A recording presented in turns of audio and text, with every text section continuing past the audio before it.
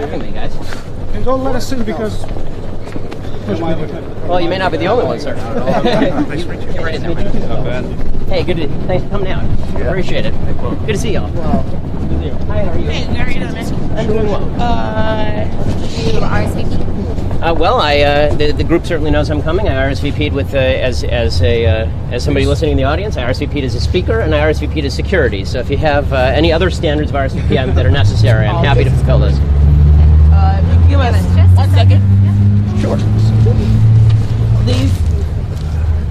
She'll help you out. I'll help you out. Okay.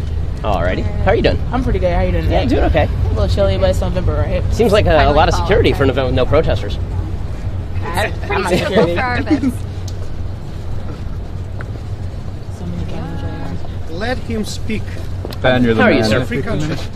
Sure. Over here for a minute. Oh. How are you? I'm the head of public safety. Nice to meet you. Pleasure to meet you. You know that you weren't registered, whatever, for the group didn't register you for the event.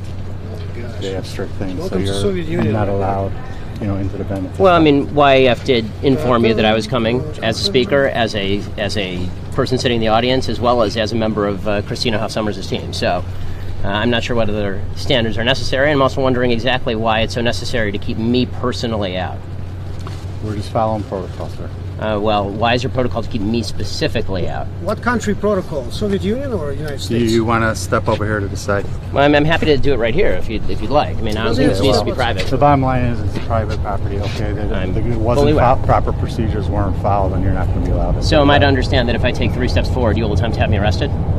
If you create a problem and you will not, leave the campus, yes. Okay, so just to be clear, if I attempt to enter that hall right there and sit down just to listen to somebody speak, or if I attempt to ask a question or to engage in free speech, you will have me arrested. At this point, yes, sir. Okay, then I'm glad that we've clarified that situation. I'm also glad that in a city, I mean, we clearly have great security. I'm glad in a city that has some 4,000 shootings to this date, you have 30 members of security just for a 5'9", 165 Jewish guy.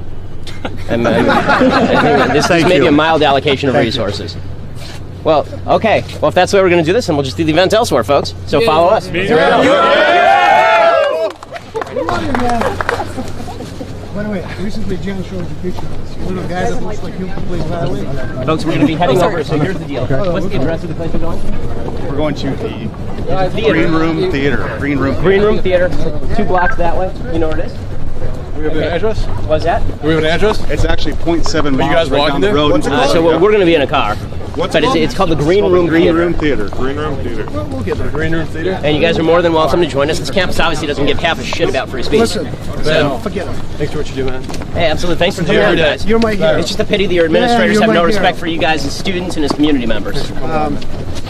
Jan recently showed you a picture of me playing violin that looks like you. That was me. I appreciate it. Thank you. Yeah, Ben, can I shake your hand too? Absolutely, guys. Very nice to meet you. Thank y'all for coming out. I really appreciate it. We'll see you. We'll see you 3 blocks over. Thanks for coming out, Ben. Absolutely. I guess it was good to meet Hey, thanks a lot. Ben, in 8 years you got to run for president. You understand? You have everything for it, okay? Go on. Well, it depends. Will they allow me to speak? We're I gonna don't know. change Chicago. we have to change Chicago. Chicago is not lost city. I'm glad that Rahm Emanuel can have a city where all of the illegal immigrants are allowed to stay, sanctuary style. But if I come to speak at a university in the city, we have to ensure that I can't be allowed to do that. We'll see you guys like 3 blocks over, okay? It's called the Green Room Theater. Green Room Theater. Okay? Greenhouse Theater on Lincoln? Yeah. You got it.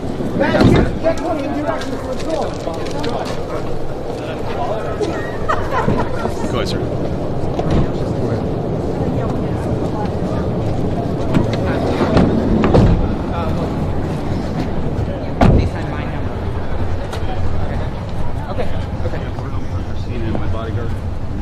I can do that.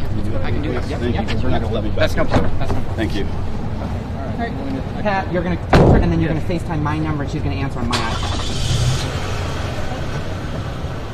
Okay, what? So Amy knows. Amy knows. Yeah, I got it.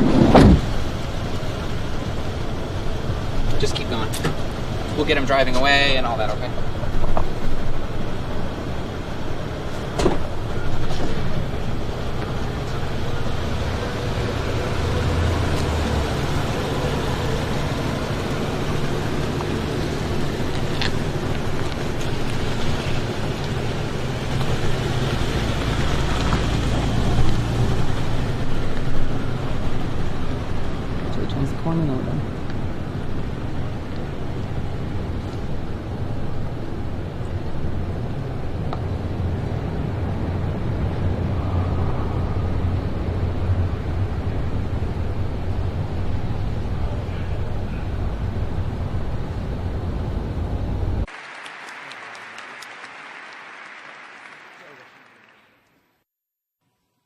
Okay, testing. Okay, good. All right. Shapiro, I've got 2 questions for you. One, just to get the nerves out, and second one's going to be a bit important. First, do you know a YouTuber name by the name of Secular Talk, Kyle Kalinske? No, I don't actually. He was on Joe Rogan's podcast, and I think it would be interesting if you two debated each other. Okay, I'll take a look. Okay, thanks. All right. And then the second one. The second one's a bit critical. Shapiro, you've shown disdain for the people who have called you and a lot of your remarks bigoted. And you make it one of your hallmarks, right? Like, if someone calls you a sexist, racist, bigot, homophobe, you can't take that. You have to, fight back immediately. Yet, you call these claims against you preposterous, but yet, considering the fact that, A, while you were an editor-at-large at Breitbart, they called people like Bill Kristol a renegade Jew. Also, they... That was after I left, actually, but... What did you say? That was after I left. Okay. And also, touting... Sorry, go ahead. Okay. No, it's fine. Also counting Jewish leaders as neocons, something that you yourself have said is an anti-Semitic slur. Also, when you resigned, you just saw the infamous poster that they put on you. They put your face into the David Star. Also, you initially defended a video of your own creation. Not of your own creation. It was not of my creation, yeah. The Columbus Day video, yeah. Mm-hmm. The Daily Wire's, you defended that initially. That video where you defended that as satire. Of course, the infamous video of people, of Native American people, their genocide. Yeah, the video's garbage. Justified. Right. And then finally, and most infamously, you said that Arabs, not Islam, were, quote, your words, were the darkness in the Middle East, were rotten to the core. And most infamously and horribly, you said Arabs like to bomb crap and live in open sewage. Okay, so can I address those one at a time? Okay, so let's go through them one by one. So, so let's start with the last one, the bomb crap and live in open sewage. Go back and look at the entire Twitter thread. I was specifically talking about the leadership of Hamas. I actually say that in the thread, in the next tweet. So I don't believe that all Arabs like to live in open sewage and bomb crap, obviously. I think there are millions of Arabs, I actually say in that thread, in that exact same thread, that there are millions of Arabs across the Middle East who are wonderful people, and there are many millions of Muslims who are wonderful people. So, again, that one's out of context. As far as the Columbus Day video, what happened is that I was on vacation, and I got news that this thing had broken. And I looked at it, and it looked to me like a bad video, but a satire video. And I'm always hesitant to pull down satire just as a general rule, because I think that once you start pulling down satire, then you are opening yourself up to the charge that anything that is intended to be humorous is supposed to be taken at face value. So my initial response was very torn. And over the course of the next 24 hours, the more I looked at it, the more I thought it was garbage, and the more I thought that the comedic value of it was dramatically outweighed by the nastiness of it. And I took the hit myself, and I took it down.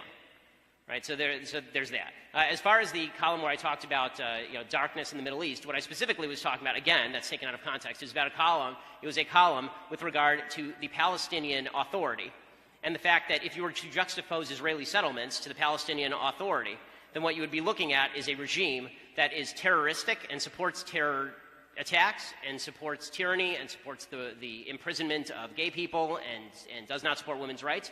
And you're looking on the other side at a regime, at a state that supports all of the same values that we in the West value. So, so I think it's important that we actually give full context to each of those remarks. Again, the reason that I fight back on the racist, homophobe, bigot charge is because if you're going to call me that without evidence, then you're a jackass. And if you're going to take my stuff out...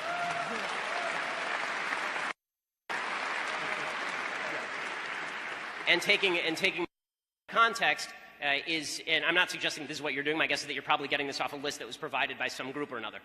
But if that's the case, then pulling quotes out of context and then using these as bludgeons without actually looking at what I was saying is a cheap trick. Okay. So what is your formal education background? So I guess a lot of people don't know what your undergraduate degree was in. So I was at UCLA in political science and then Harvard Law School. Okay. So you don't have, you wouldn't consider yourself an expert in sociology? I mean, I don't consider sociology a particularly expert field, but go ahead. I think I'm able to read a sociological study.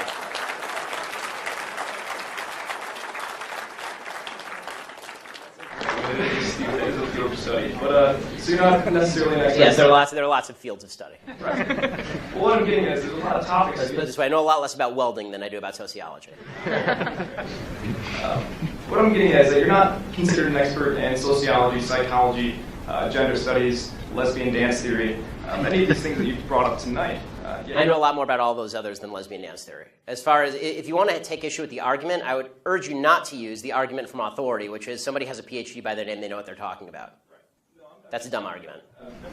What I'm trying to get at is that fact that do you have any other further education in any of these topics or any of these fields of study?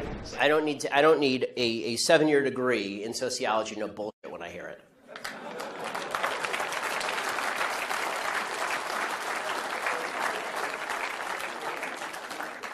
And granted, that's your opinion. Right, because I'm here, yeah, giving it. That would mean that you're also offering kind of an unqualified opinion on a lot of these topics. See, again, you're just making the argument from authority. I don't think slapping a PhD from Ferris State next to your name makes you an expert in all things in the field in which you propose to speak.